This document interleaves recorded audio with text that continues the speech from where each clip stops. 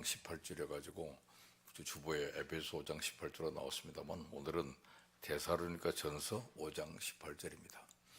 데살로니가 전서 5장 16절은 항상 기뻐하라. 그 다음에 17절은 쉬지 말고 기도하라. 그 다음에 18절은 오늘 본문 말씀대로 범사에 감사하라. 그 다음에 이것이 그리스도 예수 안에서 너희를 향하신 하나님의 뜻이니라 그랬습니다.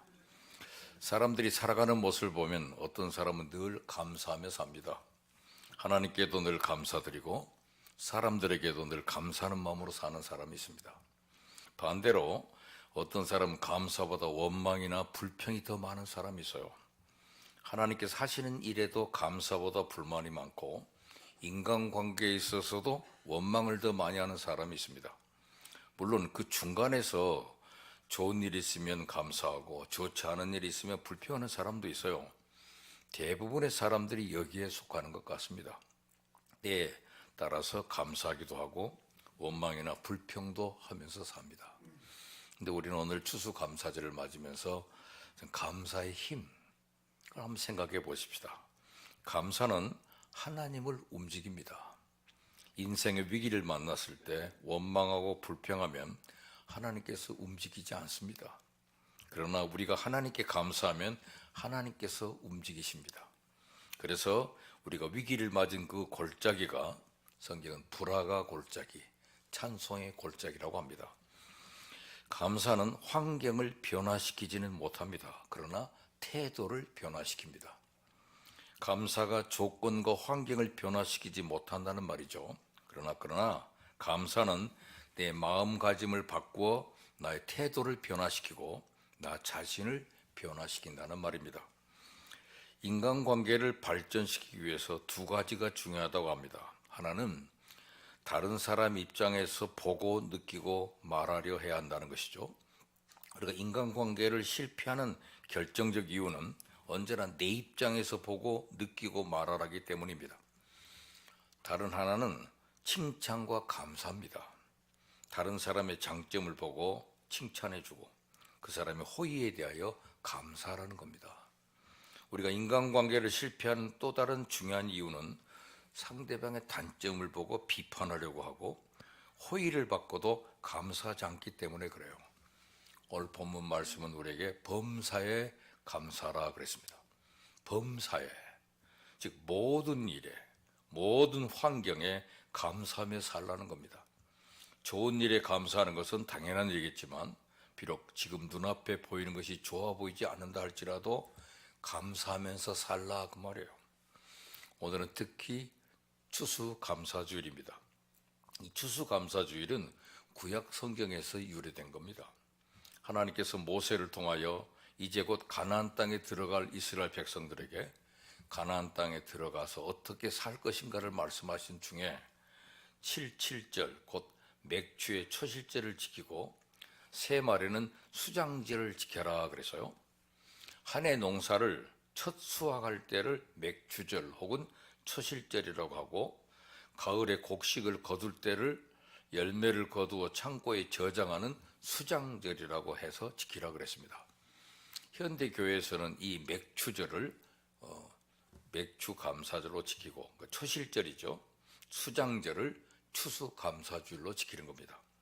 이것은 단순히 농사를 지어서 추수하게 하심에 대한 감사가 아니고 이스라엘 백성들이 과거에 애굽 땅에서 종노릇하다가 거기서 구원받고 하나님께서 그들을 위해 주신 약속의 땅 가나안에 와서 자유로운 몸으로 살게 되었음을 감사하는 절기입니다. 내가 하나님의 은혜로 자유의 몸이 되었고 이렇게 하나님 나라에서 나의 땅에서 나 자신이 먹고 살 농사를 지었다는 것에 대한 감사입니다. 이렇게 살게 된 것이 하나님의 은혜임을 생각하고 감사하는 절기.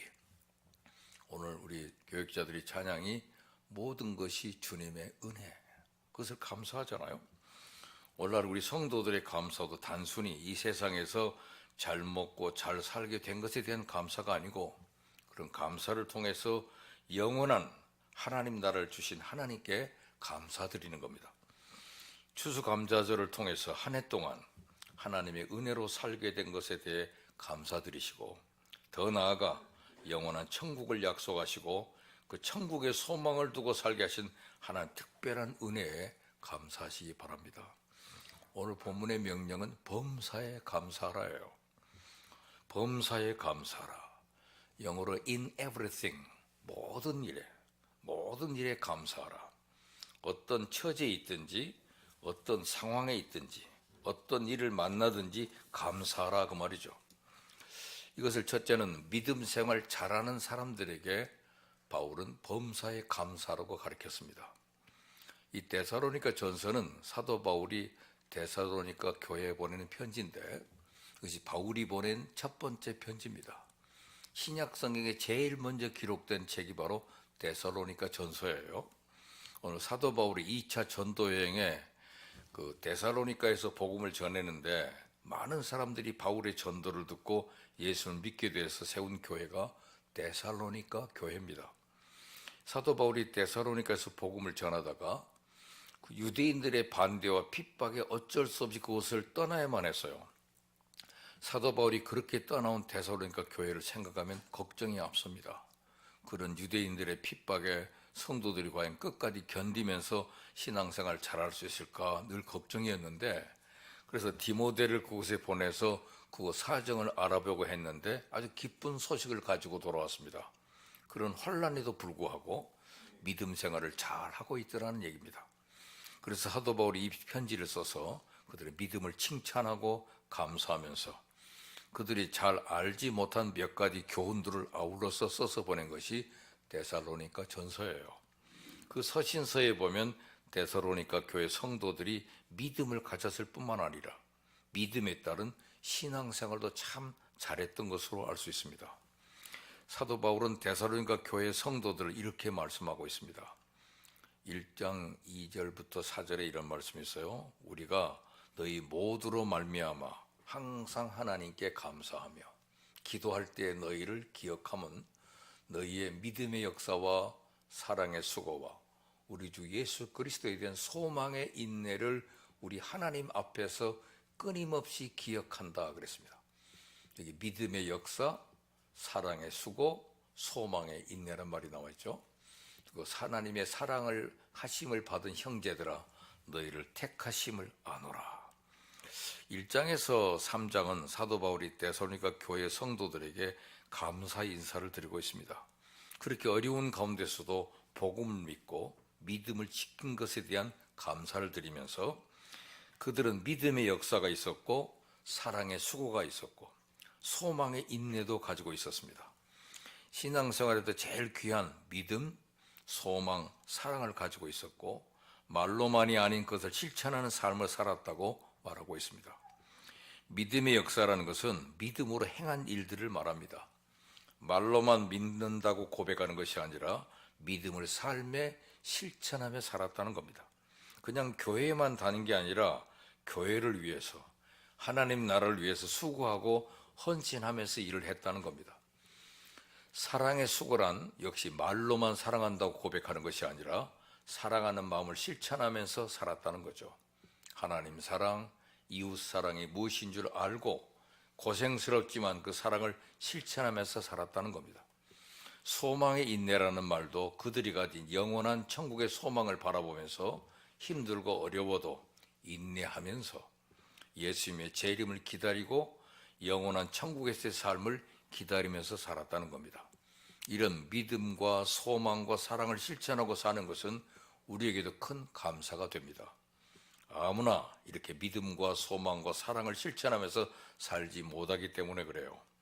믿음의 역사나 소망의 인내나 사랑의 수고가 없이 말로만 이론적으로만 알고 교회 다니는 사람도 많기 때문에 이런 실천을 하는 사람들은 대단한 사람들입니다. 그런데 그런 그들의 믿음에 대하여 하나님께 감사해야 한다는 겁니다. 이런 믿음을 가질 수 있는 것은 하나님의 특별한 은혜이기 때문에.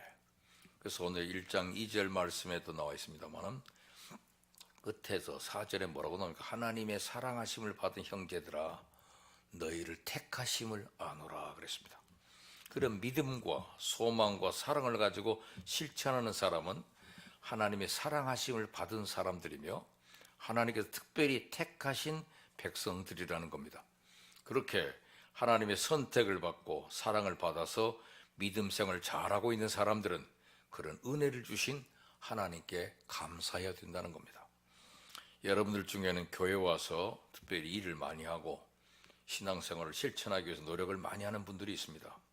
그런데 왜 나만 이런 고생하느냐고 원망하지 말고 그런 일을 할 수 있는 것이 특별한 하나님의 은혜라는 것을 기억하고 감사하시기 바랍니다. 이제는 믿음 생활 잘하는 사람에게 범사에 감사라 이렇게 부탁한 말씀이고, 또 믿음을 위해서 고난당하는 사람들에게 감사라고 명령하고 있습니다. 여러분, 기적적으로 암을 치유받았다는 분의 간증을 들은 적이 있어요. 하루는 몸이 불편해서 병원에 가서 진찰을 받았습니다. 그런데 놀랍게도 위암 말기라는 판정을 받습니다. 의사 소견으로는 이제 병원 치료는 무의미하니까 죽음을 준비하라는 겁니다. 생각해보니 기가 막힙니다. 그래서 하나님께 원망을 털어놓았어요. 하나님, 저는 나름대로 믿음으로 살려고 그렇게 애써 왔습니다. 주일 한 번 어겨본 일 없고 교회 봉사라면 누구보다도 앞장서 왔습니다. 그런데 제가 왜 위암에 걸려 이렇게 일찍 죽어야 합니까? 기도한다고 하나님 앞에 서면 이런 불평과 원망을 절규로 쏟아놨어요. 그런데 어느 날 성령의 감동으로 언젠가 들었던 담임 목사님 설교 한 부분이 생각이 났습니다. 하나님께서는 감사로 드리는 기도를 우선적으로 들으신다. 그래서 응답받는 기도를 드리려면 기도는 감사로 시작해야 된다. 이 말씀이 생각이 나요. 그래서 원망을 멈추고 기도를 바꾸기로 했습니다. 억지로라도 감사하기로 한 겁니다. 하나님, 아무리 생각해도 감사할 일이 없지만 좌우지간 감사합니다. 아니, 딱 하나 감사할 것은 감사하려고 몸부림치신 게 한 것, 나한테 감사하라고 그래서 감사하려고 몸부림치게 한 것 감사합니다. 근데 놀랍게도 성령의 감동으로 감사의 문이 열리기 시작을 했어요. 감사할 것이 하나 둘씩 생각나기 시작한 겁니다. 죄 용서받은 거, 복된 가정을 이루게 하신 거, 여기까지 순탄하게 살아온 거, 좋은 교회 만나 신앙생활 할 수 있었던 거, 그러다 보니까 마음이 뜨거워지기 시작했고 더욱 뜨겁게 기도할 수 있게 된 것이죠. 이렇게 감사로 기도가 깊어지던 어느 날 온 몸과 마음이 불덩이처럼 뜨거워지더니 병이 나았다는 겁니다. 이분이 간증을 마치면서 이런 말을 했어요. 여러분, 감사는 놀라운 힘이 있습니다. 감사가 암을 고쳤습니다. 감사가 내 인생을 새롭게 바꾸어 놓았습니다. 그렇습니다. 여러분, 감사는 힘이 있습니다. 우리 인생을 변화시키는 힘이 있습니다. 우리 인생을 복되게 하는 힘이 있습니다. 우리 인생을 풍성하게 하는 힘이 있습니다. 그런데 안타깝게도 많은 성도들이 감사를 잃어버리고 있습니다. 그래서 감사의 힘을 경험하지 못하고 살아요. 아니, 감사의 힘조차도 모릅니다. 복음은 고난과 함께 하는 거라고 그랬습니다. 복음을 따라 믿음을 가지고 사는 사람이나 복음을 전하는 사람 다 같이 고난이 따라온다는 겁니다. 당시 데살로니가 교회 성도들은 많은 고난을 겪어야만 했어요. 바울이 복음을 전하자 믿고 따르는 사람들이 있었는가 하면 복음을 반대하고 믿는 자를 핍박하는 사람들이 있었습니다. 사도행전 17장의 기록에 가면 당시 데살로니가에 유대인들이 많이 살고 있었어요. 그 유대인들이 예수 그리스도의 복음을 반대하고 시기해서 불량자들을 동원해가지고 예수를 믿는 사람들을 로마 당국에 고발하고 붙잡아가서 재판을 받게 했습니다. 그런 고난을 당하는 사람들에게 그런 고난마저도 기뻐하면서 하나님께 감사하는 겁니다. 그런 고난을 통해서 하나님께서 그들을 훈련시키시고 더 좋은 것을 주시기 때문입니다. 감사할 수 없는 가운데서 여러분 감사하시기 바랍니다. 최악의 상황에도 모든 일에 감사하세요. 감사할 수 없는 조건에 감사할 때 하나님의 능력이 임합니다. 절대 감사를 통해서 어떠한 상황에서도 능력을 잃지 마십시오. 흔들리지 않는 절대 감사로 승리하시기를 바랍니다. 1885년 복음이 최초로 들어올 때죠. 부활절 아침에 제물포를 통해 들어와 평생 복음을 전했던 언더우드 선교사의 기도문입니다. 걸을 수만 있다면 나는 더 큰 복을 바라지 않겠습니다는 기도를 지금 누군가는 하고 있습니다. 또 설 수만 있다면 나는 더 큰 복을 바라지 않겠습니다는 기도를 지금 누군가는 하고 있습니다. 또 들을 수만 있다면 나는 더 큰 복을 바라지 않겠습니다는 기도를 지금 누군가는 하고 있습니다. 또 말할 수만 있다면 나는 더 큰 복을 바라지 않겠습니다는 기도를 지금 누군가는 하고 있습니다.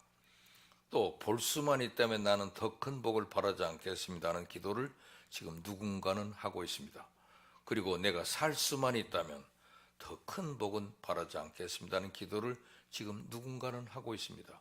그런데 주님, 놀랍게도 그 누군가가 간절히 바라고 있는 소원들을 저는 지금 다 이루며 살고 있습니다.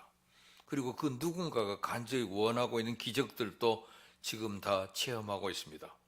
그러기에 부자가 아니어도, 빼어난 외모가 아니어도, 지혜롭지 못해도 오늘의 제 삶에 감사하며 살겠습니다.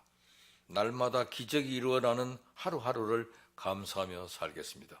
그리고 어떻게 사는 것이 행복하게 사는 것인지 고민하지 않고 순간순간마다 얼마나 행복한 사람인지 깨달으며 살겠습니다. 비록 원망이나 불평한 것이 많은 세상에 살고 있지만 언더우드 선교사처럼 깊이 생각하면 감사를 발견하게 됩니다. 과거에 아프게 했던 것들도 오늘의 선한 열매를 맺게 하신 씨앗이란 사실을 깨닫게 하십니다. 감사하지 못하는 이유는 깊이 생각하지 않아서 그래요. 자신이 받았고 지금 받고 있는 하나님 은혜를 알지 못하기 때문입니다. 감사는 성숙한 그리스도인의 덕목입니다. 감사는 믿음을 검증하는 리트머스 시험지와 같아요. 그러므로 구원받은 그리스도인은 어떠한 상황에도 감사하는 자가 되어야 됩니다. 감사하는 자가 누리는 하나님의 은혜를 얻으세요. 평강이 있으리니 또한 감사하는 자가 되시기를 바랍니다. 그리고 찬송을 부르리니 또한 감사하는 자가 되시기 바랍니다. 그리고 능력을 얻으리니 또한 감사하는 자로 살아가는 복된 성도들이 다 되기를 주의 이름으로 축원합니다. 그리고 세 번째는 재림을 기다리는 사람들에게 감사하라 그랬습니다. 데살로니가 전서는 특별히 예수님의 재림을 강조하고 있습니다. 매 장의 끝마다 예수님께서 재림하신다는 것을 강조하고 있는데 각 장의 끝마다 그리스도의 강림을 말씀합니다. 1장 10절에 보면 그의 아들이 하늘로부터 강림하실 것을, 2장 19절엔 그가 강림하실 때에, 3장 13절에는 예수께서 그의 모든 성도와 함께 강림하실 때, 4장 16절에는 친히 하늘로부터 강림하시리니, 5장 23절에 우리 주 예수 그리스도 강림하실 때, 이게 반복하면서 그리스도의 강림을 반복합니다. 특별히 4장 끝부분에는 그 재림을 구체적으로 이렇게 말씀하고 있습니다.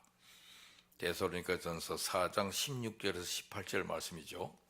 주께서 호령과 천사장의 소리와 하나님의 나팔 소리로 친히 하늘로부터 강림하시리니 그리스도 안에서 죽은 자들이 먼저 일어나고 그에 우리 살아남은 자들도 그들과 함께 구름 속으로 끌어올려 공중에서 주를 영접하게 하시리니 그리하여 항상 주와 함께 있으리라. 그러므로 이런 말로 서로 위로하라 그랬습니다. 우리 성도들은 그리스도의 재림을 기다리면서 사는 사람들입니다. 지금은 예수를 믿는 사람이나 믿지 않는 사람 별 차이가 없어요. 오히려 예수님을 그리스도로 믿는 사람들은 더 많은 고난을 당하고 더 많은 희생과 헌신이 있어야 하기 때문에 힘듭니다. 그러나 예수님께서 재림하실 때 믿는 사람과 믿지 않는 사람은 확연히 차이가 납니다. 최후의 심판장으로 오시는 예수님 앞에서 예수님을 그리스도로 믿고 예수님의 재림을 기다리던 사람들은 기뻐 뛰며 춤을 추게 될 겁니다. 그러나 믿지 않고 자기 마음대로 천년만년 살 것처럼 살던 사람들은 슬피 울며 이를 갈미 있으리라고 했습니다. 교회 안에 있는 사람들도 예수 그리스도의 복음을 부끄러워하며 살던 사람들은 예수님께 외면을 당하게 될 것이고 예수님도 그들을 부끄러워할 것이라고 합니다. 그런 사실을 미리 알고 사는 우리들은 그날을 생각하면서 지금부터 감사하면서 살아야 돼요. 그런 사실을 미리 알고 있는 우리들, 늘 지금부터 늘 감사하자. 조금이라도 원망하고 불평하던 사람들은 그날의 후회가 막심할 겁니다. 재림을 기다리며 준비하고 감사하는 삶을 살기를 원합니다. 오늘 본문 말씀에 본문에 뭐라고 했어요? 범사에 감사하라. 이것이 그리스도 예수 안에서 너희를 향하신 하나님의 뜻이니라 그랬습니다. 우리가 이 세상에서 어떤 형편이든지 감사하고 사는 것은 너희를 향하신 하나님의 뜻이다. 즉 모든 일에 모든 형편에 감사하면서 사는 것이 하나님의 뜻이라는 겁니다. 여기 너희를 향하신이라는 말은 여러분을 위한, 여러분에게 보여주신, 여러분에게 바라시는 등의 뜻으로 번역되는 말인데, 하나님께서 우리를 향하여 감사하면서 살라고 하신 말씀이기도 합니다. 하나님께서 우리에게 바라시는 것이 감사하면서 사는 것이라는 말씀이죠. 그리고 하나님께서 우리를 위해 사시는 말씀이 늘 감사하면서 살라. 하나님께서 우리를 향하여 우리에게 원하시는 게 뭐예요? 감사라는 겁니다. 하나님께서 친히 만물을 창조하시고 우리에게 주신 것도 그 혜택을 받고 사는 인간들에게 감사를 받기 위한 겁니다. 피조물이 창조주 하나님께 영광을 돌리고 감사하는 것은 당연한 일일 겁니다. 근데 인간들은 그 최소한의 의무인 감사하는 일조차 하지 않으려고 그래요. 인간으로 태어나서 이 세상에 사는 것을 당연하게 여기고 좀 불편할 때 오히려 하나님을 원망합니다. 참 모렴치한 사람들이에요. 모든 것이 다 하나님의 것인 이 세상에 살면서 엄청난 것들을 다 누리며 살면서도 하나님께 감사할 줄 모릅니다. 하나님께서 그런 악한 인간 중에서 특별히 선택받은 사람들을 구원해 주셨습니다. 그것도 하나님이신 예수님을 이 세상에 보내셔서 그들의 죄를 대신 지시고 십자가에 죽게 하심으로 의로운 사람이 되고 구원을 받게 해주셨어요. 그것도 구원받은 백성들이 하나님께 감사하기 위해서입니다. 우리가 구원받았다고 하면서도 그 구원이 얼마나 위대한 것인지를 잘 모릅니다.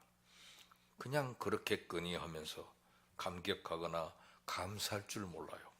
그러나 구원받은 사람과 구원받지 못한 사람의 차이가 얼마나 엄청난 것인지 안다면 그 은혜에 평생 감사하며 살게 될 겁니다. 그래서 첫째는 하나님 우리를 향하여 우리의 원하시는 것은 감사하라. 그 다음에 하나님께서 우리를 위해 주신 것이 감사라는 겁니다. 하나님께서 감사라고 하신 것은 감사가 하나님을 기쁘시게 하는 것이기도 하지만 감사하는 삶이 우리에게 참 유익하기 때문입니다. 감사가 하나님의 기쁨을 위한 것이 아니라 우리의 유익, 우리의 기쁨을 위한 것이라는 말씀입니다. 하나님께서 우리 인간들에게 이런 것들은 하지 말라, 이런 것들은 하라고 많이 말씀을 하셔요. 사람들은 하나님께서 괜한 잔소리 한다고 생각합니다. 심지어 하나님께서 우리를 부려먹으려고 이런저런 걸 시킨다고 불평합니다. 그러나 하나님께서 우리를 부려먹을 만큼 이기적인 분이 아니에요.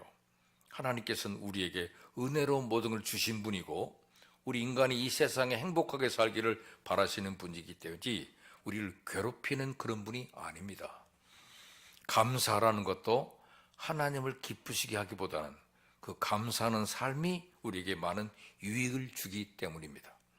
감사하는 삶이 우리의 정신 건강이나 육신의 건강에도 좋은 것이고 인간관계에 서로 사랑하면서 사는 핵심이 되는 것이기 때문입니다. 여러분, 감사할 것을 자꾸 찾다 보면 하나님께서 우리를 얼마나 사랑하시는가를 발견하게 됩니다. 감사하다 보면 하나님과의 관계가 자꾸 더 깊어지고 감사하다 보면 우리의 믿음이 더욱더 강건해집니다. 인간관계에 있어서도 감사할 것을 찾다가 보면 사람의 진심도 알게 되고 사랑하는 마음도 생기게 돼요. 감사하다가 보면 좋은 관계가 되고 더 친밀한 관계가 됩니다. 원망하고 불평하다가 보면 하나님과의 관계도 멀어지고 믿음도 막혀요. 원망하고 불평하다 보면 인간관계도 다 떨어지고 혼자 남게 돼요. 아무도 자기에게 가까이 오는 사람이 없어요. 감사를 안 하는데 누가 가까이 오겠습니까? 원망하고 불평하다 보면 우리에게 있어야 할 소중한 감사가 없어지고 말기 때문입니다. 유태인의 속담에 이런 말이 있어요. 만일 다리 하나가 부러졌다면 두 다리가 모두 부러지지 않은 것을 하늘에 감사해라. 만일 두 다리가 부러졌다면 목이 부러지지 않은 것에 감사해라. 만일 목이 부러졌다면 더 이상 걱정할 것이 없어서 감사하라. 그래요. 말이 좀 심한가요? 아니, 목이 부러지면 더 이상 걱정할 것이 없어졌네요. 그런데요, 어떤 고난을 당하더라도 최악이 아님을 감사할 줄 알아야 하고 살아 숨 쉴 수 있는 걸 감사해야 된다는 얘기예요. 이 감사의 유익은 그리스도 안에서 얻는 겁니다. 오늘 본문의 범사에 감사하라, 이것이 그리스도 예수 안에서 너희를 향하신 하나님의 뜻이라 그랬어요.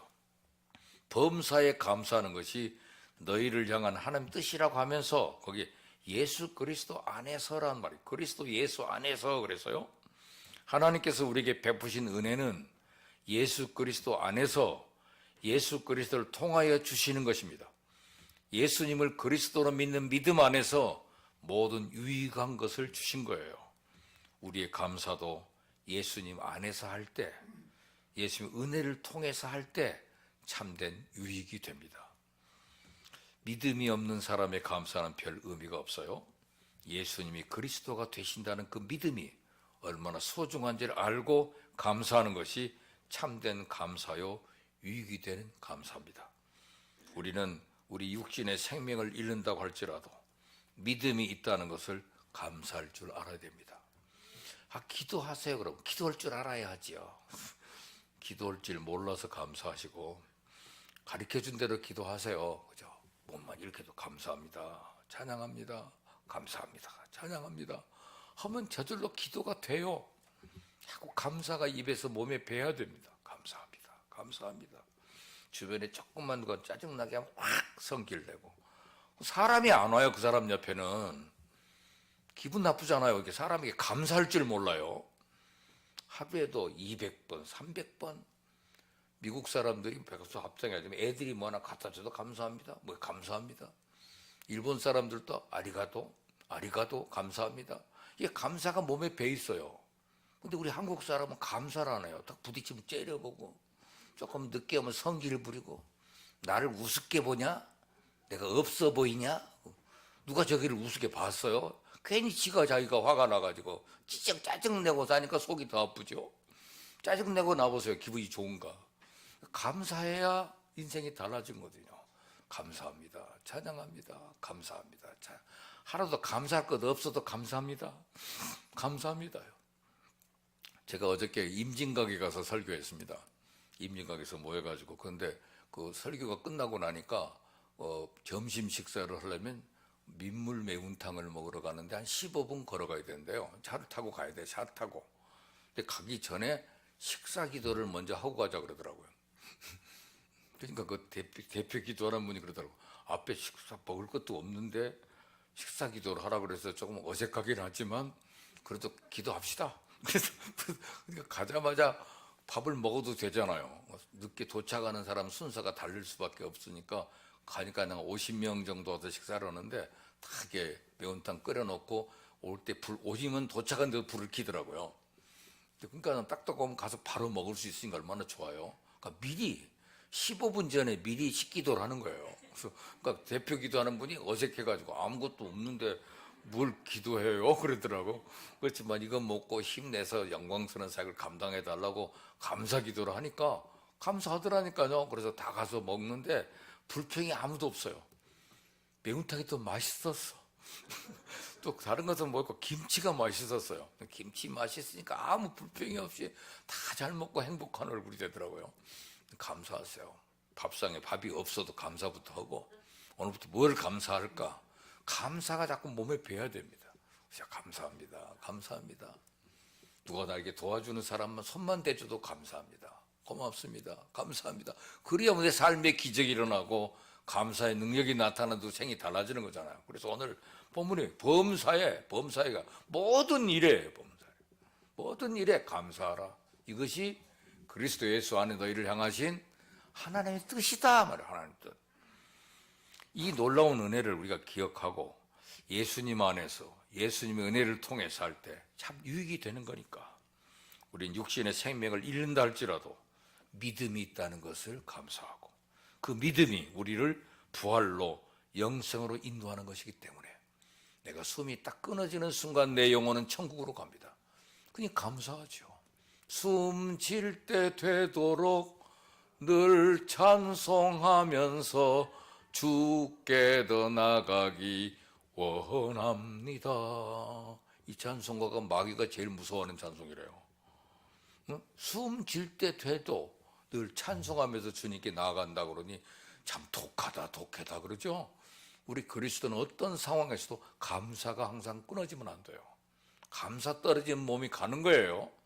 감사가 힘이며 감사가 능력입니다. 여러분, 범사에 감사하라 그랬습니다. 그러면서 동시에 이것이 그리스도 예수를 안에서 너희를 향하신 하나님의 뜻이다 그랬어요. 하나님께서 우리에게 베푸신 은혜를 알고 감사하는 것이 성도의 기본이에요. 기본. 성도의 기본이 없으면 안 됩니다. 여러분, 감사하세요. 감사. 이 감사가 하나님도 기뻐하시는 것이지만 우리의 삶에도 많은 유익이 있다는 것을 잊지 마시기 바랍니다. 감사하십시오. 감사합니다. 다시 18절 다 같이 읽습니다. 범사에 감사하라. 이것이 그리스도 예수 안에서 너희를 향하신 하나님의 뜻이니라. 아멘. 기도합시다. 하나님 아버지, 2022년 코로나 때문에 3년 동안 대한민국이 다 고생했습니다. 전 세계가 다 고생을 했습니다. 또 이렇게 하나님께 예배 드리시면서 추수감사절을 맞게 하시니 감사합니다. 오늘 저희들이 이 자리에 와서 주님을 찬송하며 주께 예배 드릴 수 있게 된 것 정말로 감사합니다. 우리가 오늘 또 이 감사하라는 말씀을 들으면서 감사하지 않았던 것을 회개합니다. 오늘 또 감사하며 살게 하시고 오늘 또 감사하게 하시고 감사가 입에서 끊이지 않는 복된 성도의 삶을 살게 하여 주시옵소서. 예수님 이름으로 기도합니다. 아멘. 다 일어서서